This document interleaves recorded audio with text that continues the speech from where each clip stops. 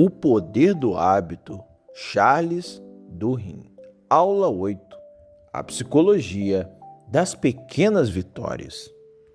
Bem-vindos de volta a essa série de estudos fascinante sobre o livro O Poder do Hábito, do Charles Duhigg. Na última aula, aula 7, descobrimos o efeito dominó e os hábitos angulares. Aprendemos a lição libertadora de que não precisamos consertar a nossa vida inteira de uma só vez. Aprendemos que existe uma pedra angular, um único hábito mestre que, quando alterado, dispara uma reação em cadeia em toda a nossa rotina.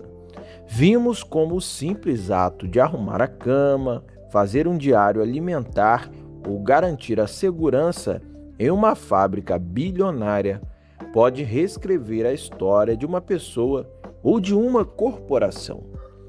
Mas há uma pergunta que ficou ecoando no silêncio da nossa última aula. Uma engrenagem oculta que nós ainda não revelamos. Por que, neurologicamente e psicologicamente falando, o efeito dominó funciona? O que exatamente acontece dentro do cérebro de uma pessoa quando ela arruma a cama de manhã, que faz com que ela, horas depois, tenha força para resistir a uma compra impulsiva ou a uma refeição prejudicial? O que alimenta esse efeito dominó? Qual é a eletricidade que corre por esse fio? Nessa aula, vamos olhar pelo microscópio da alma humana. Nessa aula, vamos falar sobre os grandes saltos da humanidade. Não vamos falar sobre as transformações radicais que estampam as capas de revistas. Vamos falar sobre a força mais subestimada, mais ignorada e, no entanto, mais poderosa do comportamento humano. Eu sou Jefferson Green, estudante de psicologia e seu melhor amigo na busca pelo conhecimento profundo da ciência da psicologia em suas várias faces. E nessa aula vamos mergulhar na psicologia das pequenas vitórias. A paralisia diante do gigante. Para entendermos o poder do que é pequeno, nós precisamos primeiro entender por que nós fracassamos de forma tão miserável diante do que é grande. Nós, como amantes e estudantes da psicologia, conhecemos bem o conceito de sobrecarga cognitiva e desamparo aprendido, um conceito brilhantemente mapeado por Martin Seligman. Imagine um paciente que chega ao seu consultório. Ele está 50 quilos acima do peso, afundado em dívidas, o casamento está desmoronando e ele odeia o próprio emprego. Quando essa pessoa olha para a própria vida, o que ela vê? Ela vê uma montanha intransponível. Ela vê o Everest. E quando a sociedade ou a literatura de autoajuda barata grita para essa pessoa: mude a sua vida, assuma o controle, escale essa montanha, será o que acontece dentro do cérebro dela? Ocorre, na verdade, nesse cérebro, um sequestro da amígdala. O cérebro límbico avalia a distância entre o estado atual, a dor e o caos que ela vive, e o objetivo final, que é a vida perfeita. E aí então o cérebro conclui que a energia calórica e emocional necessária para cobrir essa distância é humanamente impossível. Diante de um problema colossal, o cérebro não libera dopamina para agir. Ele libera cortisol, o hormônio do estresse. Ele paralisa. A resposta biológica diante de uma montanha impossível não é a motivação, é a fuga, o congelamento ou a apatia profunda. É por isso que grandes resoluções de ano novo morrem na segunda semana de janeiro. A meta é tão estupidamente grande que o cérebro se recusa a financiá-la com neurotransmissores. É aqui que a história da psicologia mudou de rumo. No ano de 1984, um psicólogo organizacional brilhante chamado Carl Weick publicou um artigo acadêmico que abalou as estruturas de como víamos a mudança social e pessoal. O título do artigo era simples, mas revolucionário: Pequenas Vitórias, redefinindo a escala dos problemas sociais. Weick argumentou que os seres humanos e os governos são péssimos em resolver grandes problemas. Quando tentamos resolver a fome mundial, as mudanças climáticas ou a obesidade, nós falhamos, porque a escala do problema esmaga a nossa capacidade de agir. A solução de Weick foi cirúrgica. Nós precisamos redefinir o problema. Nós precisamos quebrar o Everest em pedregulhos tão minúsculos que não ativem o alarme de estresse do cérebro. Weick definiu uma pequena vitória como um resultado concreto, completo, implementado, de importância moderada. Por si só, uma pequena vitória pode parecer trivial, mas uma série de pequenas vitórias atrai aliados, repele oponentes e diminui a resistência às propostas subsequentes. Preste muita atenção nessa definição. Uma pequena vitória não é um passo em direção a um objetivo maior. É um objetivo em si mesmo. É algo que começa e termina. É completo, é inquestionável. Quando você arruma a cama de manhã, você não começou a organizar a sua vida. Você terminou de arrumar a cama. É um ciclo fechado. É uma vitória concreta e inegável, por mais trivial que seja. E por que isso é a chave de tudo? Porque o nosso cérebro é, na sua essência, um caçador de recompensas. A neurobiologia do cheque, o triunfo da dopamina. Vamos descer aos porões da neurociência. O que acontece dentro do seu cérebro no exato milissegundo em que você pega uma caneta e risca um item da sua lista de tarefas? Ou quando você termina de arrumar a cama e olha para os lençóis esticados? Nesse exato instante, uma estrutura no seu cérebro chamada área tegmentar ventral, ATV, é ativada. Ela percebe que um ciclo foi concluído com sucesso e dispara um jato de um neurotransmissor mágico chamado dopamina em direção aos seus gânglios basais e ao seu córtex pré-frontal. Muitas pessoas acham que a dopamina é o hormônio do prazer, mas isso é um erro conceitual grave. A dopamina não é sobre prazer. A dopamina é a molécula da motivação e do anseio. A dopamina é a forma que o nosso corpo diz: isso que você acabou de fazer foi bom para a nossa sobrevivência. Pegue esta dose de energia e vá fazer isso de novo. Faça mais, faça maior. Aqui está o segredo devastador que a maioria das pessoas ignora. O cérebro não sabe a diferença de escala entre uma pequena vitória e uma grande vitória.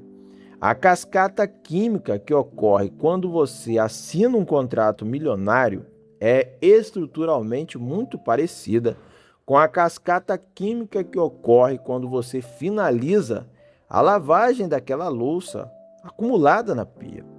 Uma pequena vitória injeta dopamina no seu sistema. A dopamina cria uma sensação transitória de confiança, de autoeficácia, que estudamos na aula 6. Você se sente levemente poderoso. E qual é o efeito colateral dessa dopamina? Ela reduz o cortisol, o estresse, e aumenta a clareza do córtex pré-frontal. Nesse estado neurológico alterado pela primeira pequena vitória do dia, o próximo desafio não parece mais tão aterrorizante. O Everest não parece mais um bloco de gelo impossível. Ele parece apenas uma série de pequenos degraus. É por isso que os hábitos angulares funcionam. O hábito angular, como o exercício físico ou arrumar a cama, é apenas uma fábrica de pequenas vitórias matinais. Quando você coloca a sua calça de ginástica, o seu tênis, sai de casa e caminha por apenas 20 minutos, o seu cérebro toma um banho de dopamina e de identidade positiva. Quando você volta para casa, a dopamina ainda está circulando no seu sangue. E quando você abre a geladeira, aquela mesma dopamina diz: nós somos vencedores hoje. Nós não vamos estragar a nossa vitória comendo esse bolo cheio de açúcar. Nós vamos continuar ganhando. Vamos comer essa maçã. A pequena vitória da caminhada financiou a força de vontade para a pequena vitória da dieta. Uma peça de dominó derrubou a outra. Vamos ao estudo de caso de Michael Phelps, o nadador, e a engenharia da perfeição. Para materializarmos a magnitude do que estamos estudando, Charles Duhigg nos presenteia com uma das histórias mais fascinantes da história dos esportes. Uma história que não é sobre músculos, mas sobre o controle milimétrico das rotinas cerebrais. Vamos falar do maior nadador de todos os tempos, o maior medalhista olímpico da história, Michael Phelps. Quando Phelps era apenas um adolescente com transtorno do déficit de atenção e hiperatividade, o TDAH, a mente dele era um caos. Ele não conseguia se concentrar na escola. Ele era inquieto. Ele parecia destinado à frustração. Até que encontrou a piscina. E mais importante, ele encontrou um treinador chamado Bob Bauman. Bauman era um estudante brilhante de psicologia esportiva. Ele percebeu que Michael Phelps tinha um corpo perfeito para a natação, mas a mente era de um adolescente ansioso. Bauman sabia que se ele dissesse a Phelps: "Você precisa ganhar as Olimpíadas", a sobrecarga cognitiva esmagaria o garoto. Então Bauman nunca falava sobre ganhar. Bauman falava sobre criar rotinas perfeitamente controláveis. Ele falava sobre arquitetar pequenas vitórias. O treinamento mental de Phelps baseava-se em um conceito que Bauman chamava de o videotape.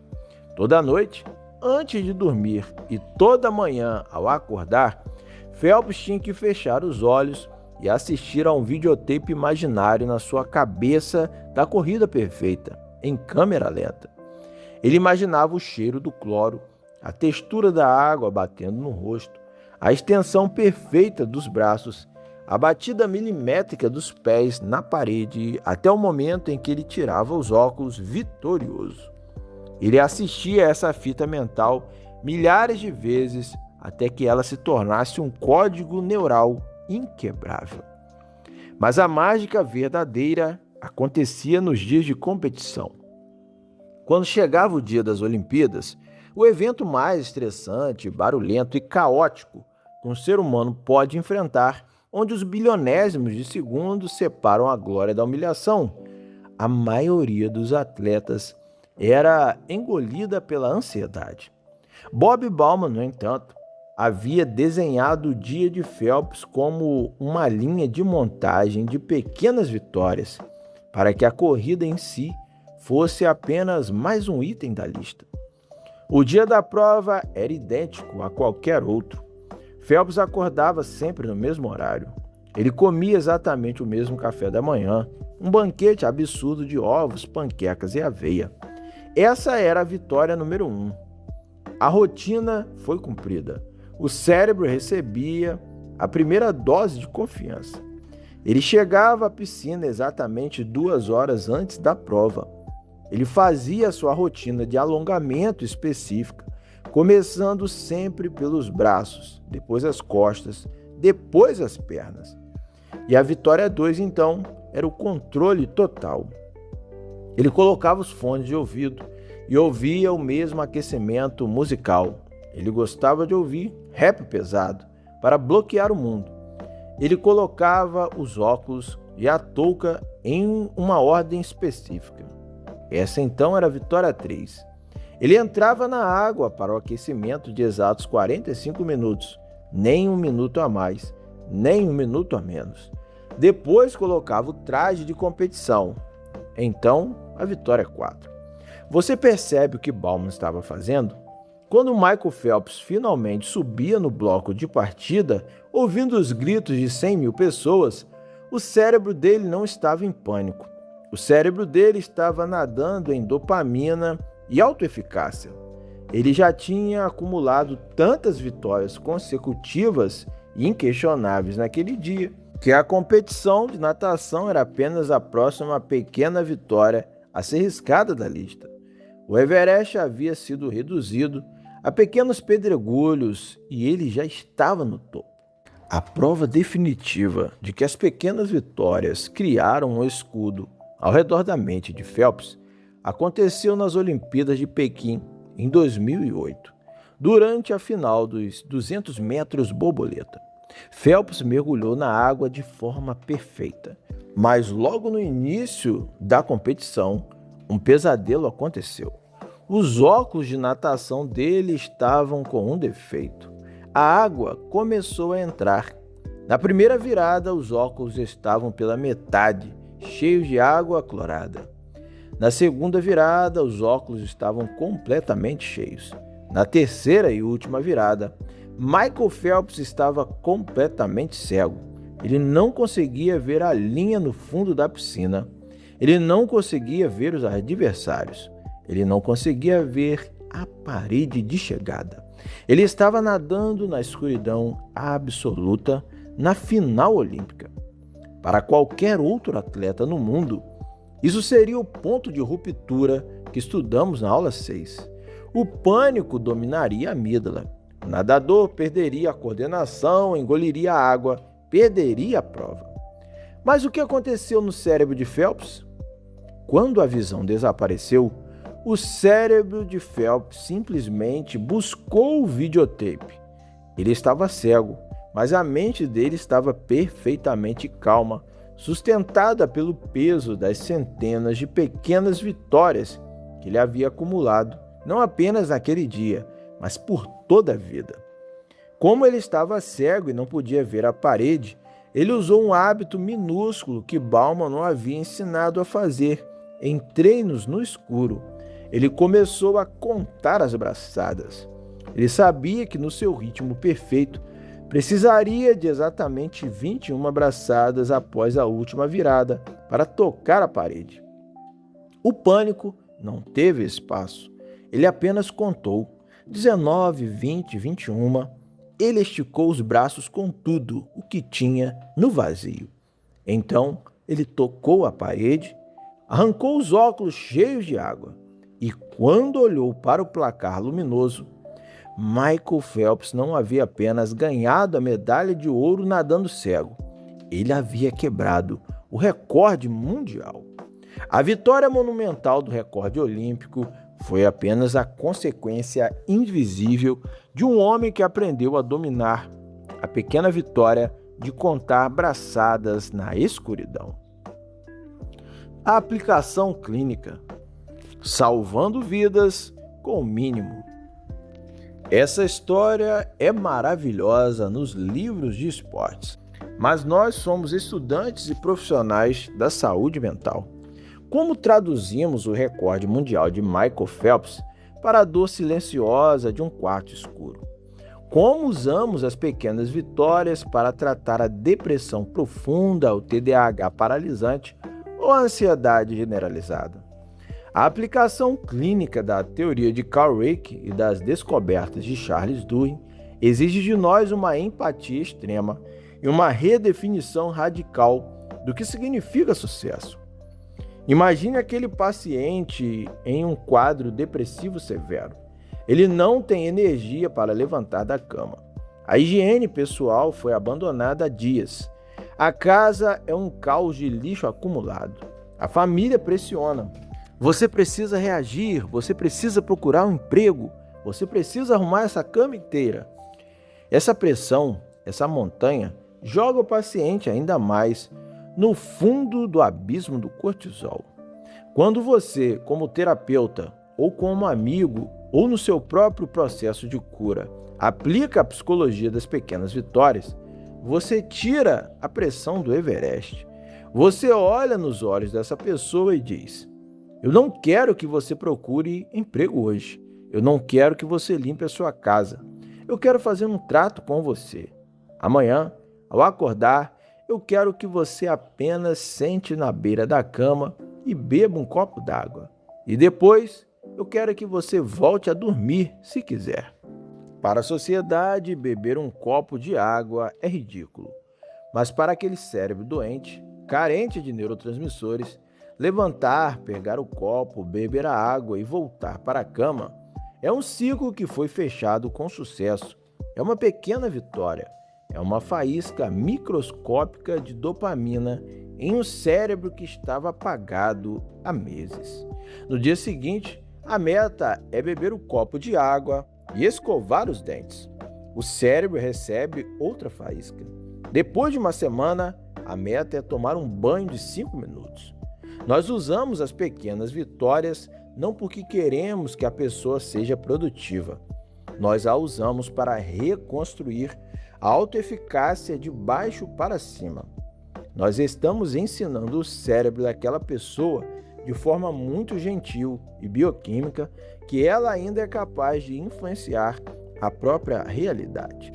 As pequenas vitórias na depressão são os desfibriladores da alma. Elas reanimam a esperança através do simples movimento. E a mágica do efeito dominó logo aparece. O paciente que escovou os dentes depois de semanas sem fazê-lo, de repente, sente um impulso minúsculo de recolher um saco de lixo do chão. O movimento gera o movimento. O pequeno triunfo estilhaça a crença de que tudo está perdido. A anatomia da pequena vitória perfeita.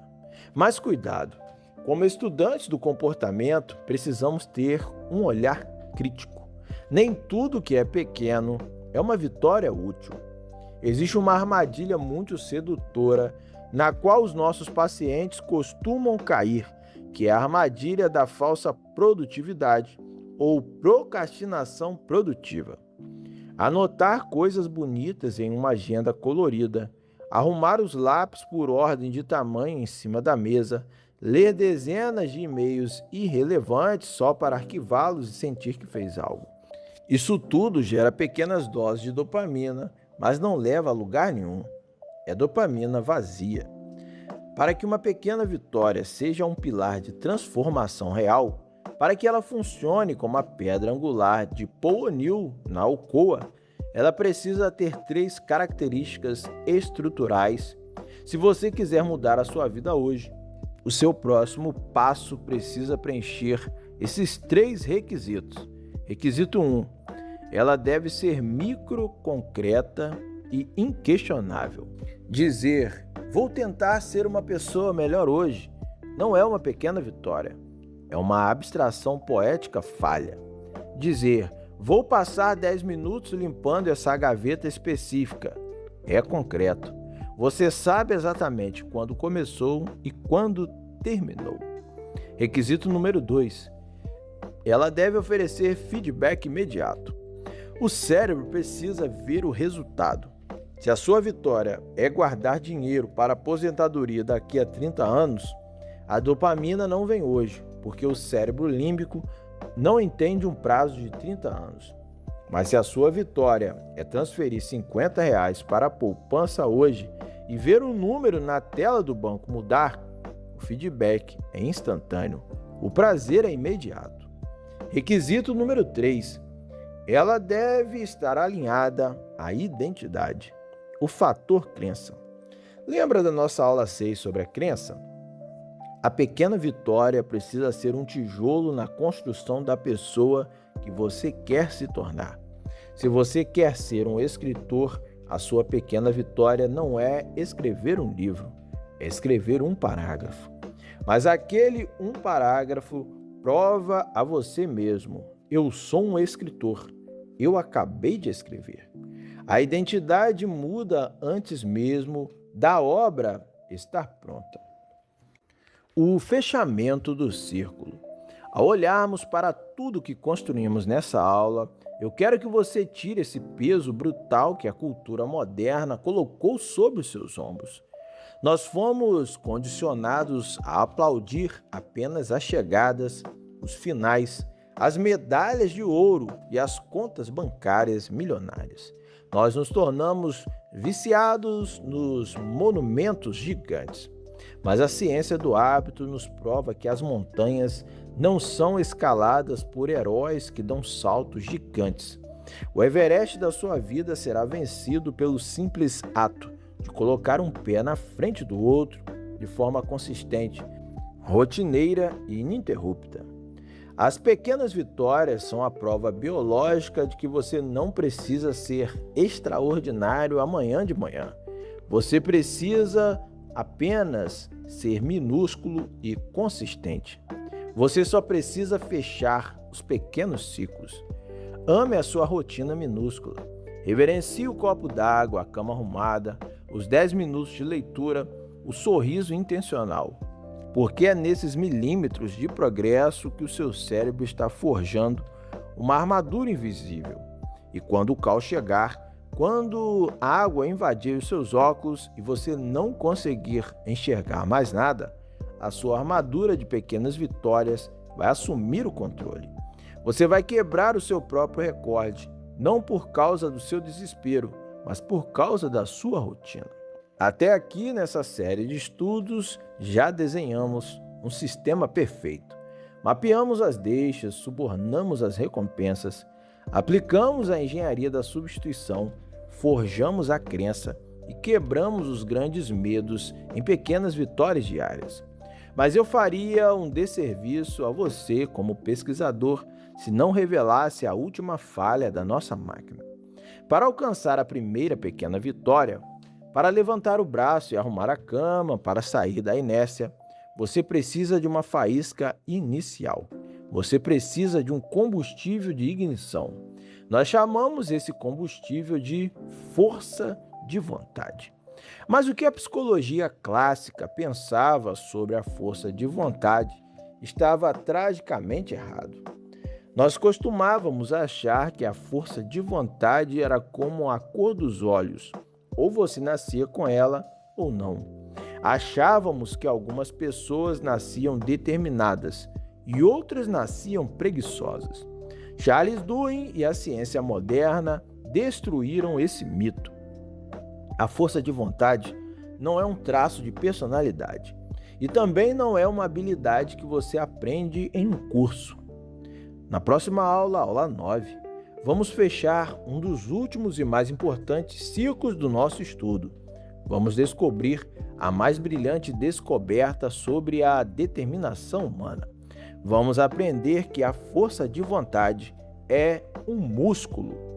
E assim como os bíceps podem ser treinados, fadigados ou nutridos, a sua capacidade de dizer não às tentações e dizer sim aos seus sonhos obedece estritamente às leis da fisiologia e do treinamento. Eu sou Jefferson Graham, estudante de psicologia e o seu melhor amigo na busca pelo conhecimento profundo da ciência da psicologia em suas várias faces.